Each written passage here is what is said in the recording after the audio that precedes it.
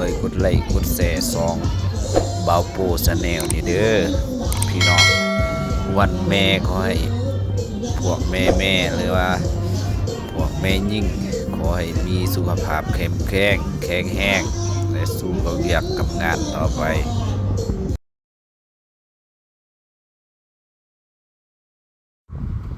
เอาสบายดีพี่น้องมื้อนี้บ่าวโปสิมา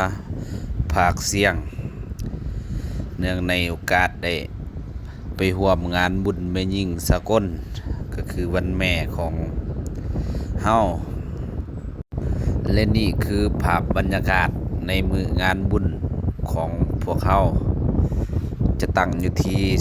3จุนี่แม่นงานแม่ยิ่งจุหนึ่งเฮานี่แม่นภาพบรรยากาศกำลังรับประทานอาหารเที่ยงก่อนจะมี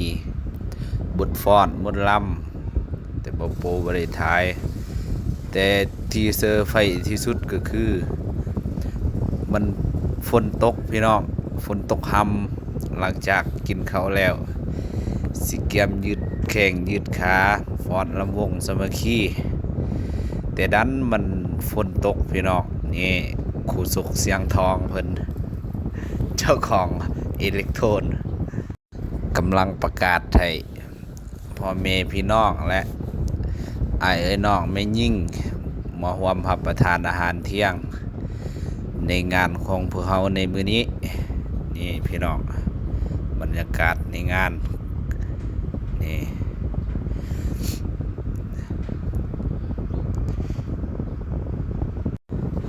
เมนูของเฮาในมื้อนี้ก็คือลาบหมูแล้วก็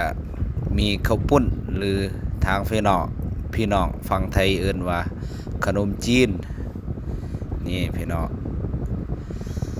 และมีอาหารกันกินถือว่าครบอยู่พี่น้องมีผักกับเป็นยังและคือแม่ยิ่งก็ยังมาบ่ครบพี่น้องนี่กำลังทยอยกันมานี่ตัวตึงในวงกำลังรับประทานอาหารพี่น้องมาเสพๆน้ำกันพี่น้องมีน้อยก็กินร้อยมีหลายก็กินหลาย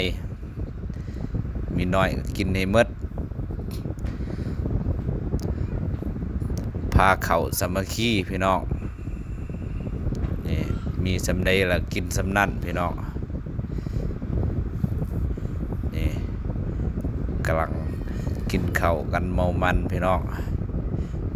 ก่อนสิมีการเหยียดขาเหยียดแข้งเต้นลำวงสามัคคีนี่พี่น้องครูสกกำลังกินข้าวเนาะนี่บ่าวโปก็กินข้าวอยู่นี่แหละพานี่แหละมีเบียร์นำนี่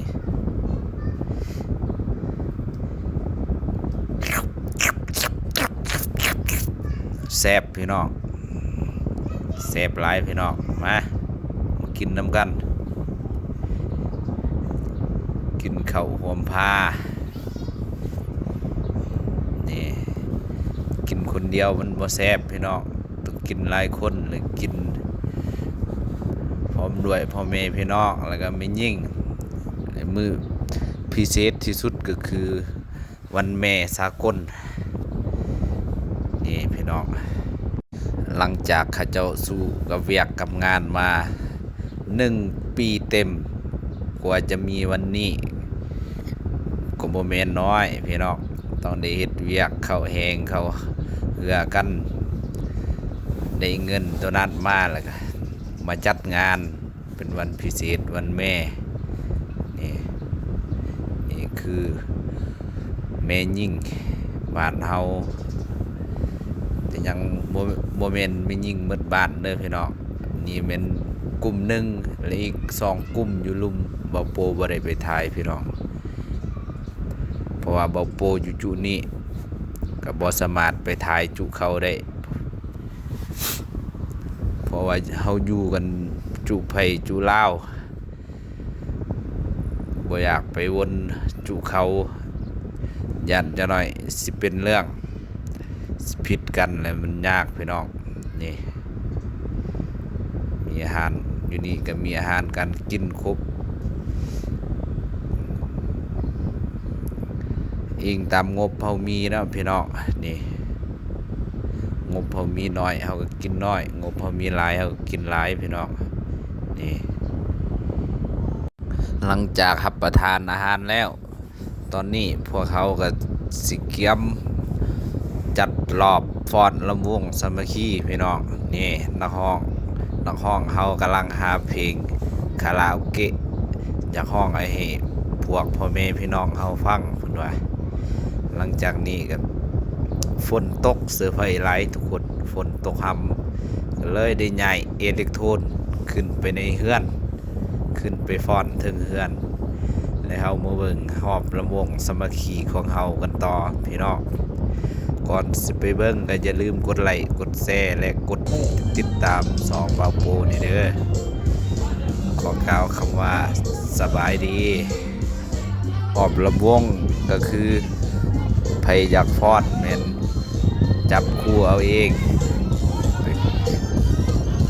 ไปกราบเขาขอพรนำกันฟ้อนลำวงสามัคคีพี่น้องม่วนสุดๆพี่น้อง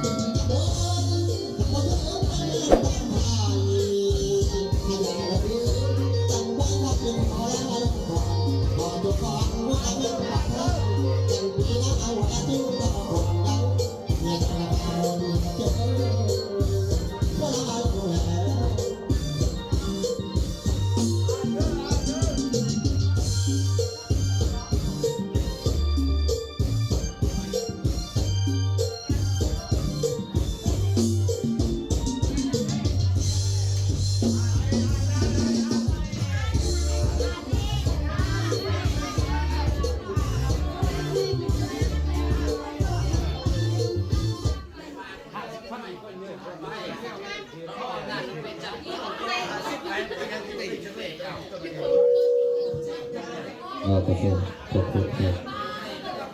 พระน้ำแข็ง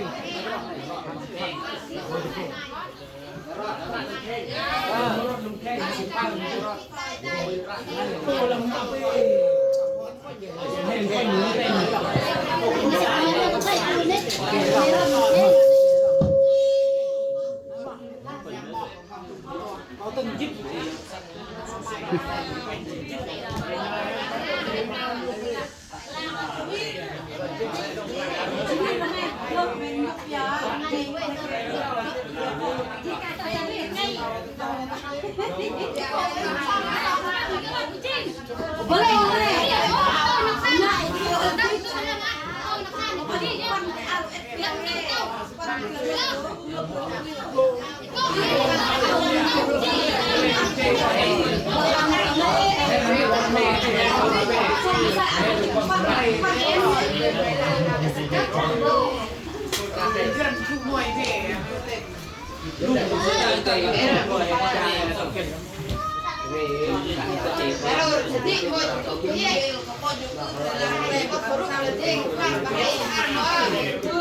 go go